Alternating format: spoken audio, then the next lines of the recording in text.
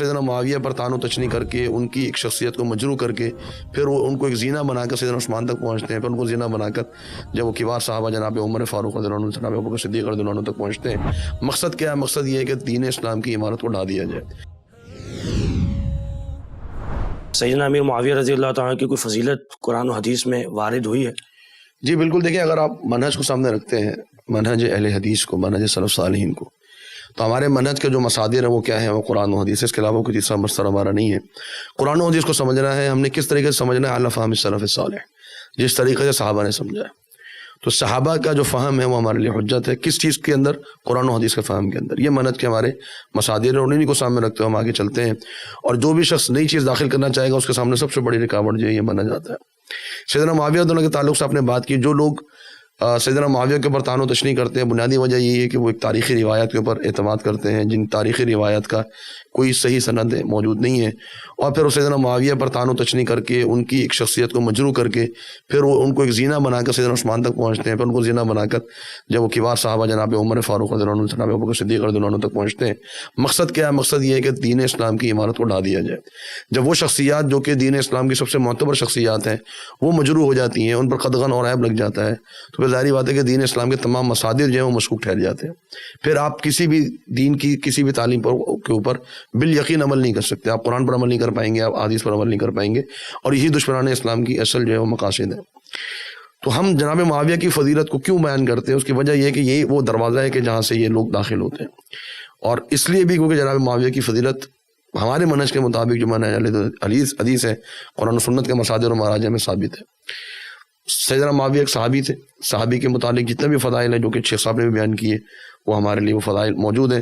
السابقون الاولون من المہاجرین والانصار والذین اتبعوهم بإحسان رضی اللہ عنہم ورضوا عنہ، جو پیروی کرنے والے ہیں جن کا شمار صحابہ میں بھی نہیں ہوتا، صرف صحابہ کی پیروی کی وجہ سے رضی اللہ عنہ ورضوا عنہ کا اگر ان کو لقب ملتا ہے تو جو صحابہ میں شمار ہوتے ہیں تو بالاولیٰ اس لقب کے حامل ہیں۔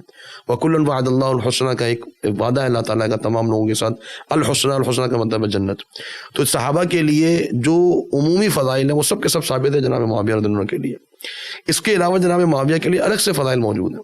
نبی صلی اللہ علیہ وسلم کی حدیث ہے کہ اللہم اجعلہ ہادیا مہدیا، صحیح حدیث ہے کہ اللہ تو معاویہ کو جو ہے رضی اللہ عنہ ان کو ہادی بنا دے، یعنی رہنما بنا دے، مہدیا ان کے ذریعے سے ہدایت لوگ حاصل کر رہے ہوں۔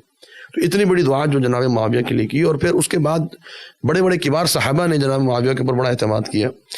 اسی طرح جناب معاویہ کی ایک جو فضیلت ہے وہ یہ کہ وہ کاتب وحی تھے۔ بہت کم لوگ تھے جن کو لکھنا آتا تھا، ان میں جناب معاویہ کا شمار تھا، اور وہ قرآن مجید کو لکھا کرتے تھے۔ 17 کاتب وحی ہیں، ان میں سے ایک کاتب وحی جو ہے جناب معاویہ ہیں۔ اور جناب معاویہ کے بارے میں آتا ہے کہ خود وہ فرماتے ہیں کہ میں نے سورۃ المائدہ کو لکھا ہے۔ سورۃ المائدہ جو ہے وہ قرآن مجید کی آخری سورتوں میں نازل ہونے والی کتاب سورت ہے، تو اس کو ایک بڑی تعداد میں آیات جو اس کے لکھنے والے جو صحابی ہیں وہ جناب معاویہ ہیں، کاتبین وحی میں ان کا شمار ہوتا ہے۔ پھر جناب عمر فاروق رضی اللہ عنہ نے ان پر بڑا اعتماد کیا اور ان کو شام کے علاقے میں بھیجا۔ اب یہ لوگ سمجھتے ہیں کہ یہ شام کے اندر جو ہے وہ بنو امیہ کی بڑی حکومت تھی اور بنو امیہ نے بڑا کنٹرول کیا ہوا تھا۔ آپ ذرا ذہن میں لے کر آئیں کہ بنو امیہ سے شام کے لوگوں کا تعلق کیا تھا، جناب معاویہ کا کیا تعلق تھا شام کے لوگوں سے، کہ شام کے لوگ جو ہیں وہ جناب معاویہ پر مر مٹنے کے لیے تیار تھے۔ کیوں؟